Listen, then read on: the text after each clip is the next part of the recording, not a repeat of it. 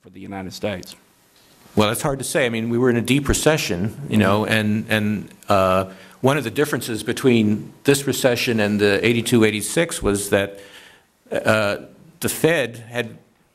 Fed's tightening to reduce inflation was one of the main reasons for the 82 recession. And so when the Fed relented and cut interest rates, that was a big reason for the recovery. In this case, rates are zero. We can't do as much as they did in the mid-80s.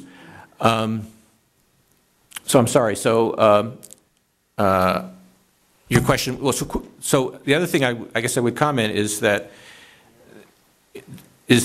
you know, dividing the total cost by the number of jobs is, to me, is not exactly the right way to think about it, because the total cost involved also the provision of whatever was built or constructed. I wasn't trying to get into the gnats like that. I'm just saying, in a macro level, what would have been a better policy response? What would have produced a better economic benefit for the average American?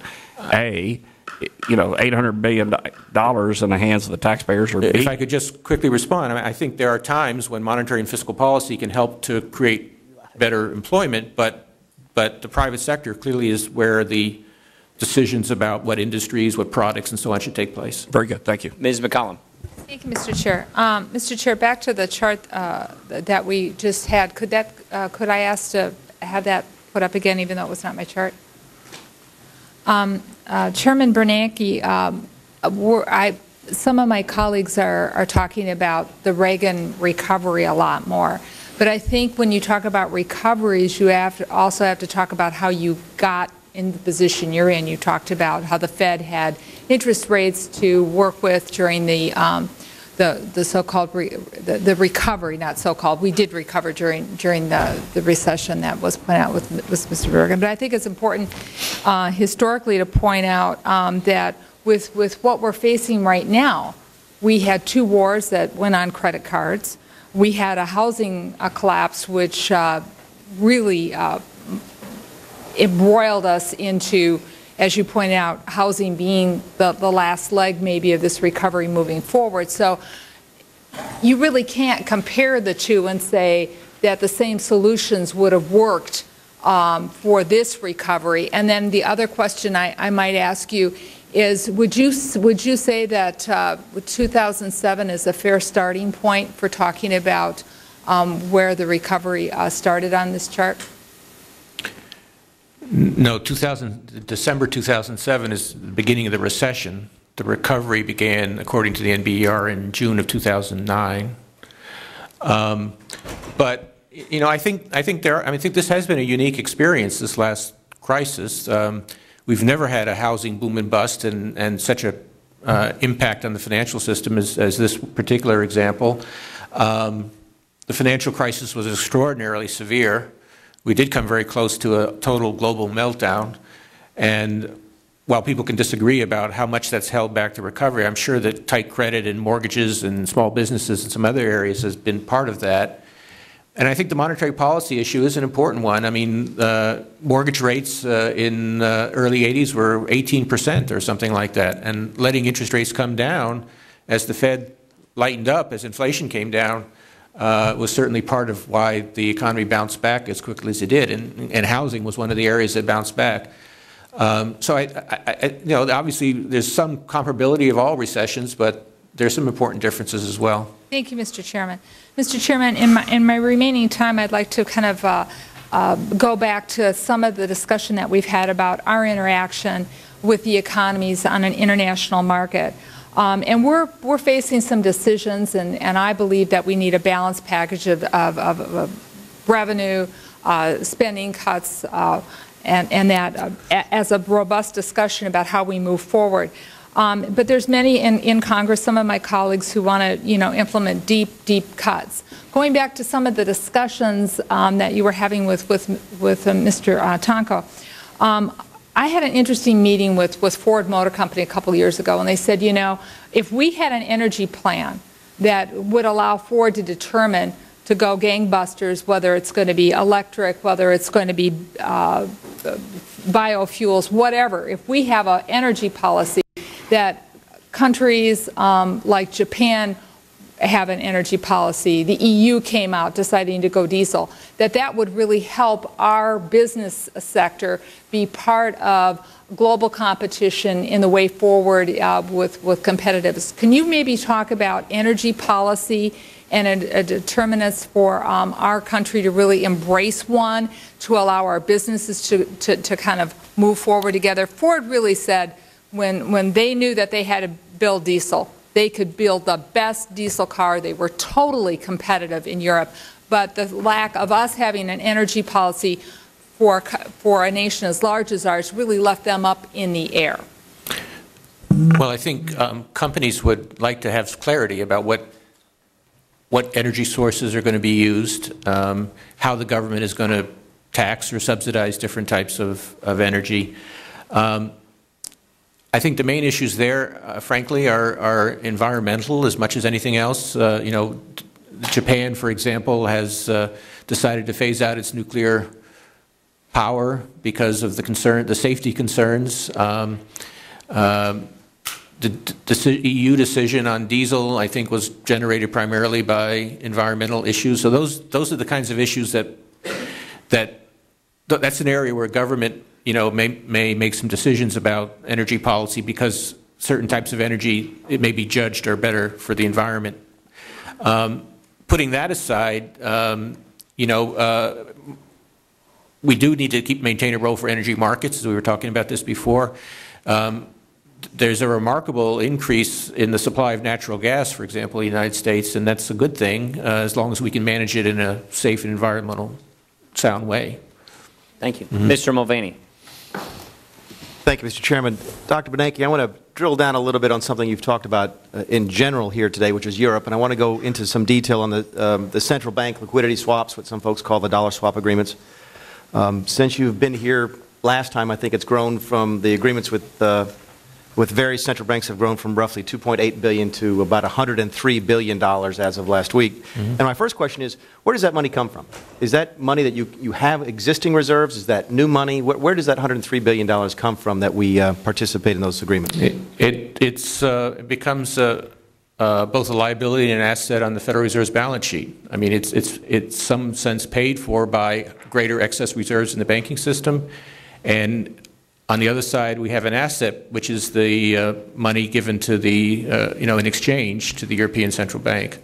But to the extent it's greater excess reserves, that would be in layman's terms new money. It's not money that you took out of a maturing treasury and then moved over to a swap agreement. This is money that you set aside for this. We chose to do it that way because monetary policy currently is obviously has rates very close to zero, but it would not be difficult to sterilize that through a number of different methods. Fair enough. You stated earlier that it's your current intention with all of your maturing securities to reinvest those.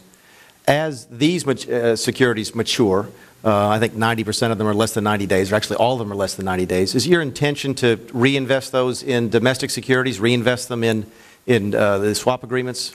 What's the current intention? Well, the demand, it's the ECB and the Bank of Japan, the two main counterparties who would determine, you know, what their request is, and then we would decide whether or not to grant the request. So it's not our choice. You know, we're not looking to invest there.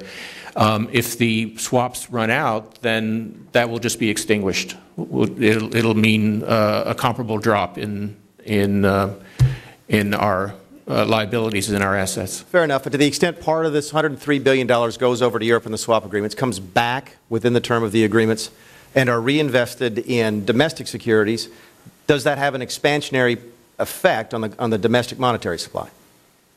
It does increase the high-powered money supply a little bit. In this case, it would be about 4%, 3–4%. It does not in practice have much effect on money in circulation. Only the amount of excess reserves that the banks are holding with the Fed. So we don't, and it doesn't affect interest rates. So what we see it as doing is reducing financial stress, strengthening the role of the dollar in international markets, improving funding for both U.S. and foreign banks. We don't see it as having any major implications for inflation, for example. How is that different, what you've just described, from what you were trying to accomplish with QE1 and QE2? Well, the difference being that with QE1 and QE2, we were first of all, they were much bigger. Secondly, we were buying medium to long-term securities on the open market. In this case, the money is going via the ECB, who are our counterparty and take all the risks, are going to help finance the dollar assets of European banks, which is then put back basically in the ECB's. No, I understand the first half of the transaction, but when the money comes back from Europe and you reinvest it, how is that different from QE1 and QE2? There's no change. This doesn't involve any change in our holdings of securities. We have an asset, which is the obligation of the ECB, and we have a liability, which is increase in excess reserves. Unless banks are lending those reserves out, it's not going to be turning into more money supply. You've got the option, as you exercised in 2008, to lend this money directly to the European banks. You could do it to domestic subsidiaries of European banks. Why aren't you doing that? Why are you using the swap agreements instead of lending directly to domestic subsidiaries of overseas banks? Well, if there was, if subsidiaries, domestic subsidiaries of overseas banks came to the discount window, by law, we have to treat them on an even playing field with U.S.-only banks. We do not have any lending right now to the discount window.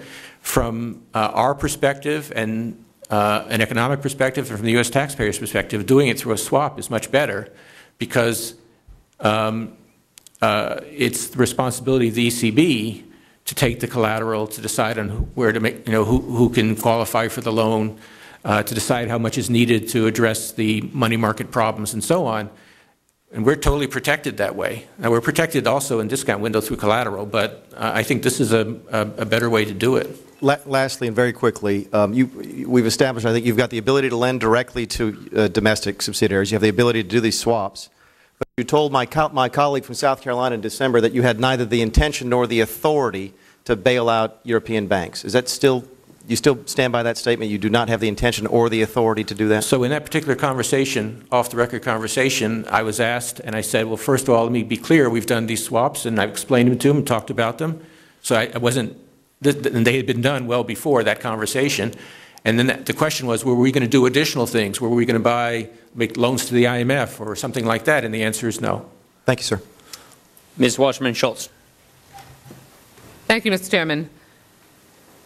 Chairman Bernanke, it's good to see you. Our friends on the other side of the aisle, since the debate over the Recovery Act ensued, have furiously tried to insist that it had no impact, that it created no jobs, and that it wasn't necessary.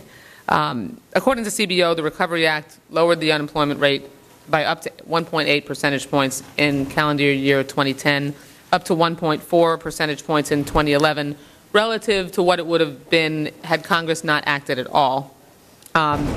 Since that time, actually since 2005, we've created more jobs in last year than we have since 2005, and since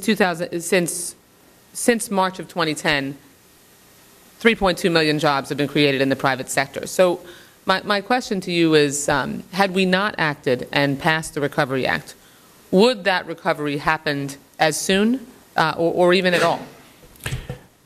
And are there times, because Mr. Flores seemed to be pressing the notion that it is only private market investment that we should use to help an economy or a recession turn around, are there times when you think public investment like the Recovery Act is necessary? Well, to answer your question directly, as you say, the CBO calculated some effects on GDP and employment. Obviously, that requires some assumptions about the counterfactual, what would have happened otherwise, but the Fed is, in our analysis, in our modeling, we're basically pretty comfortable with the CBO's conclusions. We think it did have some positive effects on growth and employment. So yes. Thank you. Then just shifting gears, there's also been a pretty raging debate over the course of the last year over what is the best way to reduce the deficit. Clearly, we all share the goal of reducing the deficit as significantly and as quickly as possible. Would you agree, though, because our friends on the other side of the aisle believe and have tried to enact only spending cuts that they deem wasteful as a strategy to towards deficit reduction. Would you agree that wasteful spending also exists and is created in the tax code? Well, I think you're pushing me into areas which are the province of Congress. I think what the law that I would support is the law of arithmetic. So if you believe that the government should be doing more and spending more, then you should be willing to collect the taxes to do that. And if you want to cut taxes and keep revenues low, then you have to find the spending cuts that match that. So I think that balance is what's critical. People have different visions of what the role of government should play, and I don't think I'm the one to adjudicate that. Clearly, that's a big issue. No, and I know, and I'm not asking you to make a political judgment because that's our job. But CBO, would you agree with CBO, who has said that tax cuts, like the 2001-2003 tax cuts for the wealthiest, provide the least bang for our buck in terms of job creation and reducing unemployment? I think that's a debatable point. They provide some demand from the point of view of putting more income in people's pockets. I think the other issue, though, is to ask the question of how do they play into the long-run efficiency of the tax code. I haven't talked about it much today, but I think there would be a lot of benefit without much budgetary cost of thinking about our corporate and personal income tax codes and improving those, reducing reducing inefficient exemptions, broadening the base, and so on. So, from a purely demand side perspective, tax cuts do provide income, do provide source of spending. They may be less in some cases than spending in a purely demand side perspective, but you also have to think about the role of the tax code in promoting growth in the long term. And just one other quick question before my time expires. Would you say that deficit finance tax cuts tend to pay for themselves?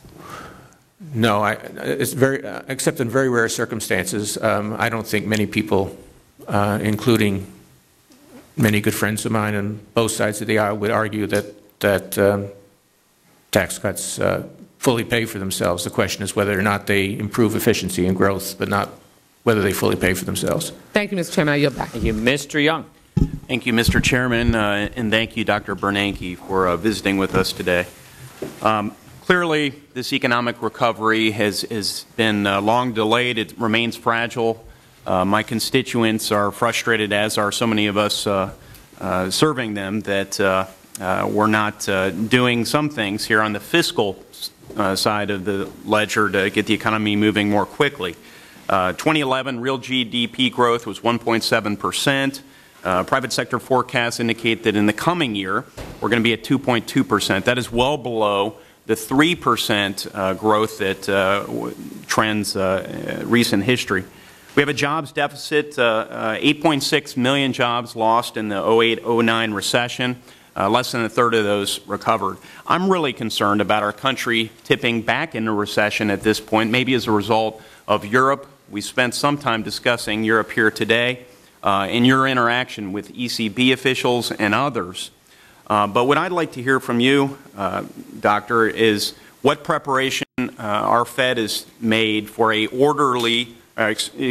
disorderly default by Greece or some of these other countries within Europe. I haven't heard any specifics there. You have indicated that the Fed was prepared to use all the different levers that you have, all policy options. So that's the general question. But specifically, I'd also like you to speak to the money market mutual fund market. Right after Lehman, there was a bailout of the money market mutual funds because of panic over so-called breaking the buck. That is, the investment income wouldn't cover all operating expenses. It wouldn't cover all the investment losses. And so there was an intervention by the United States into that market.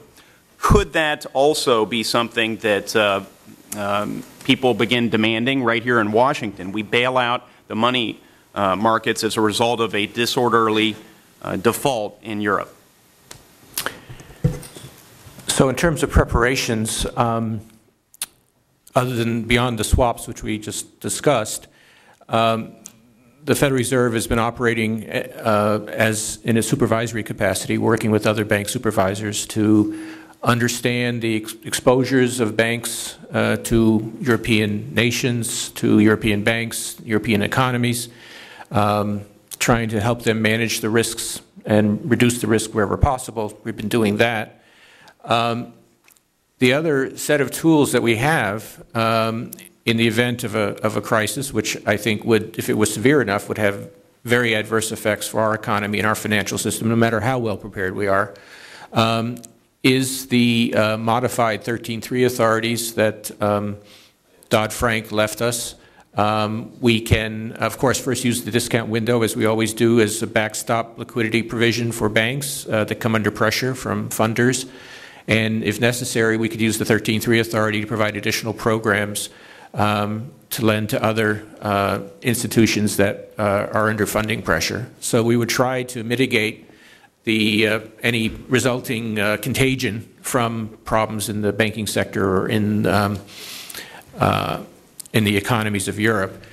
We pay close attention to money market mutual funds. Of course, the SEC is the primary regulator there. They too, like our banks, have been working to reduce their exposure to Europe. They have substantially reduced their exposure to the Eurozone countries, and all that's to the good. If I could interject briefly, is there a reason why the Financial Stability Oversight Council created by Dodd-Frank to monitor systemic risk did not characterize, has not characterized the money market mutual funds as a systemic risk in this case? Well, I think it did actually. In July, it did point to money market mutual funds as an area that needed more work.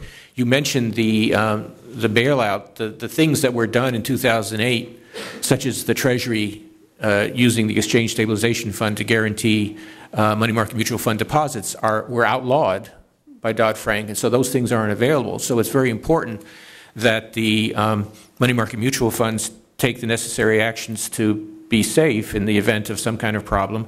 As I said, one thing they're doing is reducing their risk and their exposures, but the SEC, which has already imposed some improvements in the regulation of these funds, is considering additional steps and consulting with the Federal Reserve, and we are quite sympathetic to the idea that more might need to be done in order to ensure that we don't see another run like we did in 2008.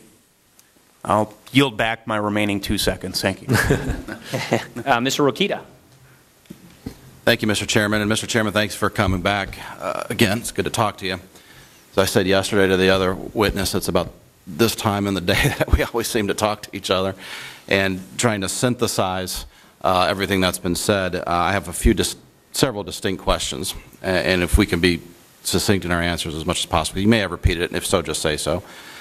You may be repeating, and if so, just say so. First of all, this discussion about the inflation, and we talked about this the last time we talked via microphone here.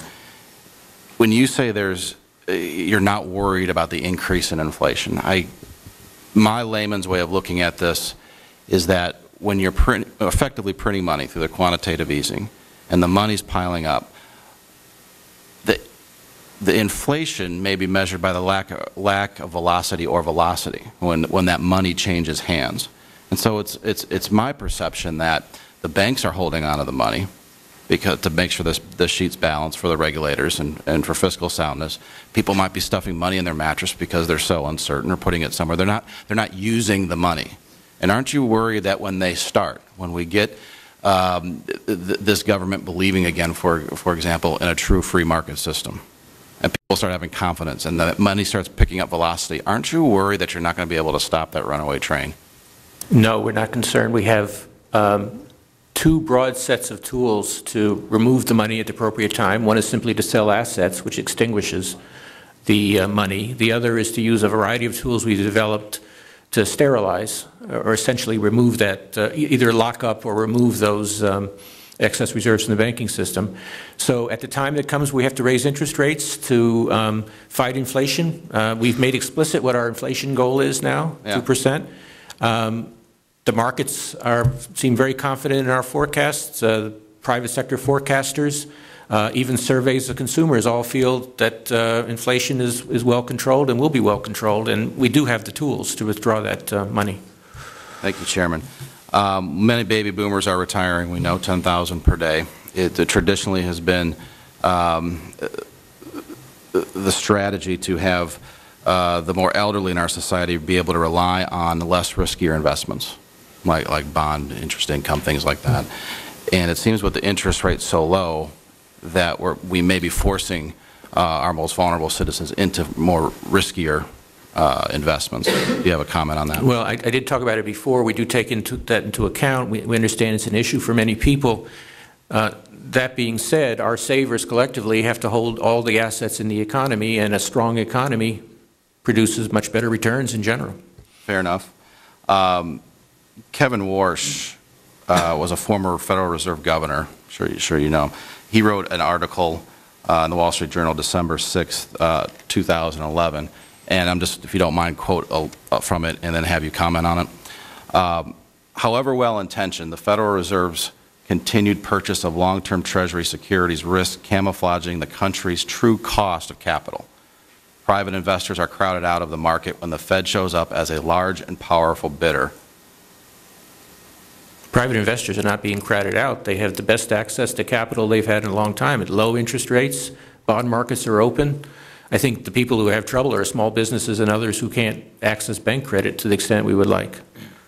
Okay. And then you mentioned Canada earlier on, and you indicated that they had less of a recession than we did. Why do you think that is? Well, the main reason, there were several reasons, but the main reason I think is that they have a small number of large banks, which has pluses and minuses, but in this case, they had probably better regulation. The banks didn't get involved in subprime mortgages and the like.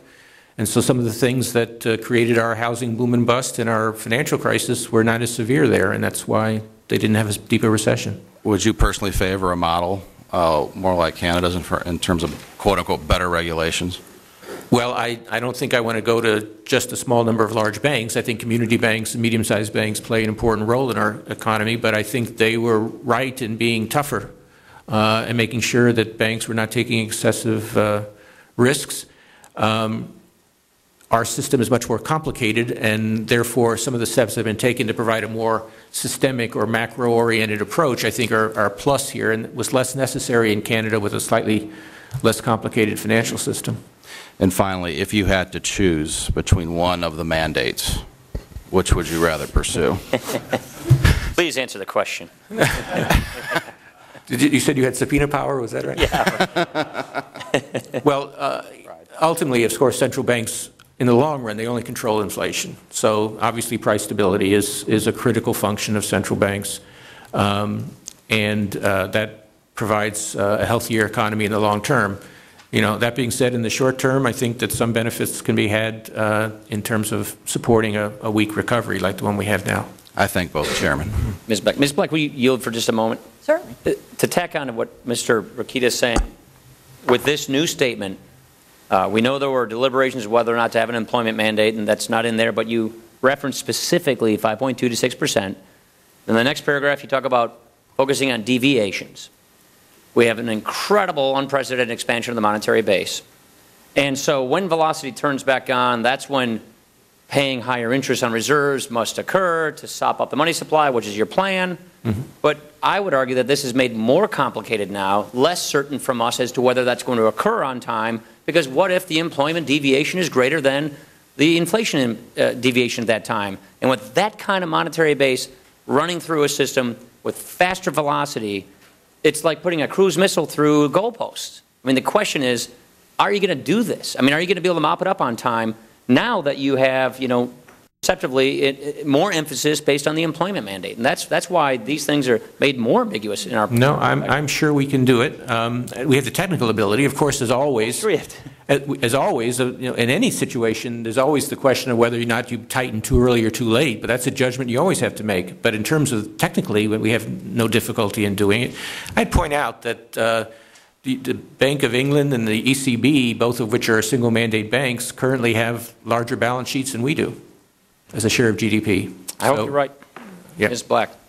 Oh, thank you, Mr. Chairman. Thank you, Mr. Bernanke, for being here and giving us so much time.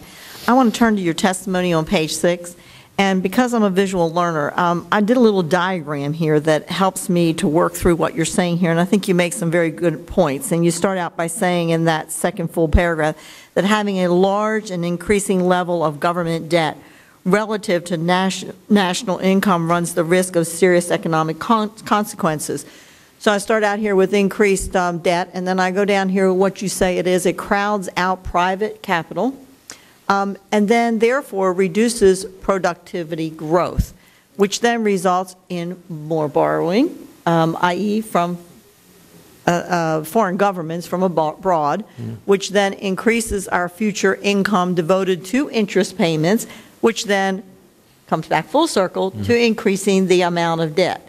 So I think that cyclical piece there is, in a diagram really would help my constituents to see how this is so important that we take care of this issue. But I'm also intrigued by your results that you say here impairs the ability of the policymakers to respond effectively to future shocks or adverse events, which is our role and our responsibility. Then ultimately, unsustainable deficits increase the possibility of sudden fiscal crisis, which, as we look at what's happened in Europe, certainly can happen here. I think you've diagrammed that well for us. And then finally, my point is that you make here investors lose confidence in the ability of the government to manage its fiscal policy. So the fiscal policy piece of that is our role and responsibility. Would you agree that the economic growth flows from investments and savings in the long term and not borrowing? We can agree with that? Well, there's got to be. Sometimes you have savers who want to provide funds to invest. If you're a firm and you're a startup firm, you don't have enough of your own money to invest, and you've got savers over here, then borrowing could be part of the process by which the money from the savers goes to the investors. So I don't think you want to get rid of borrowing in general, mortgages or help people own homes, et cetera. But certainly from the federal point of view, if borrowing is so large that the deficit relative to the size of the economy continues to grow, then that feedback loop you were talking about, higher interest rates, bigger deficits, bigger debt, is a significant concern, and bond markets can bring that forward. Anticipation of that can bring that forward. So if your question is, should the federal government have a long-term plan to keep its fiscal situation sustainable and stable, obviously the answer is yes. Okay, so that given, then can you help me with how do the policies of the Fed on setting the interest rates affect the investors and the savers? Well, my comment a moment ago about the about investors having access to capital, currently the economy is, not in a recession, but is far from full employment. And so there's plenty of unused resources available to be put to work by firms, and we're not seeing any evidence that either monetary or fiscal policy is crowding out private sector activity. To the contrary, to the extent that we can support growth and lower rates for borrowers, we can, we can facilitate investment spending.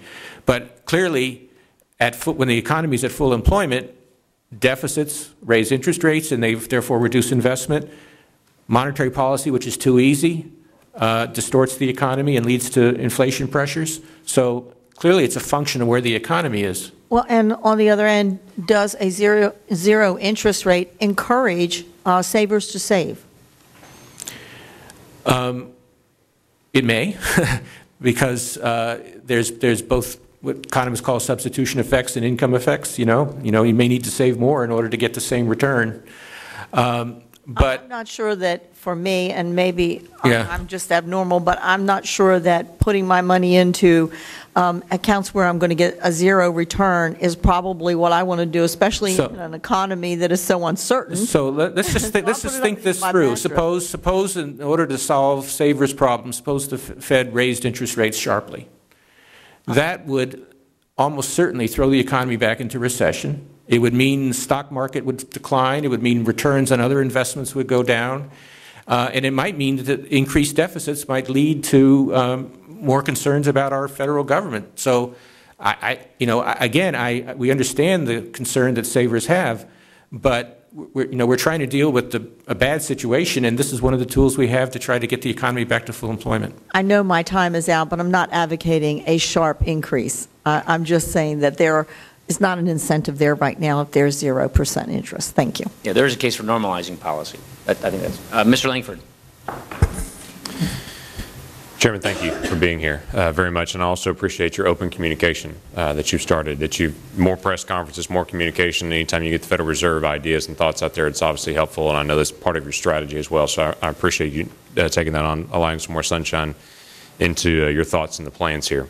You mentioned earlier about small business access to capital, and that is a concern, and that's something we actually talked about last time that you were here, and the fact that you had mentioned bank examiners are becoming more conservative in this time of instability, and that is an issue. I can tell you in community banks that I deal with and I represent Oklahoma, community bankers are still very concerned with the, let's say, the approach on compliance. Safety and soundness they have no issue with. Compliance becomes a big issue, and especially with the number of rules that are coming down now and the number of regulations. Let me just give you one example. The new Volcker rule that was intended to only affect big banks, our community banks have to prove that they're exempt from it. And so you've got a bank of 40 people, total employees, going through pages and pages and pages of documents to prove they don't apply to this. It's adding a tremendous amount of workload that is not into lending, and that is forcing them to second guess. When we talked about this last year, you said there's been some modest improvements on that. I'd like to follow up and say, what improvements can we still expect in the coming days? Because the community bankers that I talk to still are not actively lending and are still second guessing every bit of risk, not sure if someone's going to come in and second guess them. So I won't go into the safety and soundness part because your question was about compliance. Right. So it is certainly true that many of the provisions of Dodd-Frank are aimed at the biggest banks, and the small banks, it's irrelevant to them. And I agree with you that they should be spared even the need to demonstrate to their small banks. We know they're small banks. But they currently do have to demonstrate it. So what we're doing at the Fed, we have a subcommittee of two governors, Governor Duke, who was a community banker, and Governor Raskin, who was besides being a Senate staff person, was also the head of supervision in Maryland. So they're both very knowledgeable about small banks. And their job, working with staff, is to try to first make sure that rules that don't apply to small banks are not put in force, and that in addition to that, that we provide as much clarity as we can to what the small banks need to worry about and what part they can just throw away. To help us on that, we have created an advisory council of community depository institutions that we meet with and get their feedback. I appreciate your point, and I think it's progress that we're moving away from the safety and soundness issue, but we are working on that. Do you feel like it's getting better in the next year? Because my community bankers that I'm talking to are getting more frustrated, and to them it's death by 1,000 paper cuts. Right. It's not any one single piece. It's just the frequency of how many small pieces are coming at them. And with the bank, again, 35, 40 people in total employees, they cannot keep up with the frequency of things that are coming. We've already begun a process whereby we will try to provide instructions, guidance to smaller banks about what part they can just throw away without looking at it. Okay. That'd be very helpful to continue to press on that. And I know you're attending, obviously that's the highest number of banks that we have out there, not the highest systemic risk, but they're getting the brunt of a lot of this. Sure. Separate question for you, and it's a broader issue that I personally struggle with in trying to watch across the world. We have so much sovereign debt worldwide, and we're continuing to add more and more sovereign debt worldwide. At what point do we reach the definition of unsustainable worldwide, that we reach some kind of limit where we don't have enough liquid capital sitting out there for all the borrowing that's happening in all the sovereigns, not just us. Obviously, we're the largest of that. But there has to be some point that would be defined as unsustainable. There's not enough liquid capital to manage this, and we are pulling it out of the markets, and we've hit that cycle. Well, at the moment, private borrowing is way down because of the weakness of the economy. So there's money out there. As we get to full employment, then you're going to start seeing the crowding out, that people are going to have to pay higher rates, and that's going to have the adverse effects I discussed on capital formation and productivity. I do think, though, that from our perspective, in the United States, I think we are the premier economy. We are the safe haven. We have a strong interest in maintaining that status. So I guess I'd worry less about the global supply of capital and just really think about managing our own need for capital going forward. Sure, I understand that, but there's a limited amount of liquid capital at any moment worldwide, and every country is competing for it at a higher rate. Well, so it's accelerating. There's a supply and demand, so interest rates will go up until supply equals demand, but so the money will be there in some sense, but if the rate is so high, that'll be bad both for the fiscal borrowers and for the private sector. That would be the definition of unsustainable, that we suddenly cannot get the money at the rate that we need it for in other countries, and obviously that affects us. And that's right. The contagion begins. The sense is, are we even close to that kind of point? I mean, that's predicting, that's crystal ball type stuff, but you've got to be watching that as well. Well, again, for countries like the United States and the UK and others, rates remain very low, government bond rates. The bond market is very forward-looking. I mean, a lot of the bonds are 30 years, right? So a lot of this depends on what the bond markets expect the sovereign financing needs to be over the next few decades. And so once again, it's really, to some extent, a country-by-country issue. If we can take a strong set of policies to ensure the sustainability of our fiscal situation, I'm sure that the funding for the United States will be there. Okay. Thank you. You're back. Queue is closed. Last question, Mr. Huelskamp. Thank you, Mr. Chairman. And Dr. Bernanke, I appreciate your time today, and I remember our discussions last year. And one thing I asked my staff in the last few days to read through transcripts of the 2006 Federal Open Market Committee meetings, and looking at those comments and the transcripts, is it fair to say that the Fed did not see the severity of the housing crisis coming in 2006? I think, I think the mistake was a little different than that. House prices were already falling in 2006, and we were aware of that. What we didn't know was what was the impact going to be, and in particular, we didn't have a sufficient understanding of how the fall in house prices, the resulting effects on mortgage quality, and so on would affect the financial system. That was the linkage that we didn't see in 2006. So yes, obviously we didn't see the crisis coming, but we certainly were aware in 2006 that the housing market was cooling, and we talked about that quite frequently, and I talked about it in testimony. I have to emphasize that we've learned a lot of lessons from that experience, and we have radically changed the way we do our supervision, and also in particular we now focus very much on the interactions between different parts of the system, looking at it from a systemic point of view, not just from individual institutions. So while I can never promise that we won't have another financial crisis, I think we have made a lot of progress in our ability to monitor those situations. And Mr. Bernanke, looking at the economic projections from last January, if I have the right ones here, you projected growth of 3.4 to 3.9% for GDP for this past year. It came in at 1.7. What happened, and why were you so far off? And what kind of expectations do you have that will you potentially be that far off for your projections for the coming year? I'd like to look at those numbers. I don't recall what our projection was, but there were, I would say, two classes of things. One is that there was some developments that were impossible to anticipate, like the tsunami in Japan and its implications for global supply chains and the like, or the effects of the Arab Spring on oil prices, a few things like that. But I think more generally it is fair to say that since the recession ended, that we have, until recently at least, been too optimistic about the pace of recovery. And as I go back and look at the reasons for it, I think the two main areas I would point to, one is the housing sector, which I've talked about today, which has not recovered the way we had hoped and expected, and continued pressure in financial markets, part of which is related to Europe, which again we didn't fully anticipate in 2010. But you believe those factors were the primary reasons you were about 100% over the actual growth we achieved this last year, which was an anemic 1.7%. Again, these are your figures. 3.4 to 3.9% was the range. You projected for 2012 3.5 to 4.4%, and now you're back, I guess, more reality, you're projecting roughly 2% growth.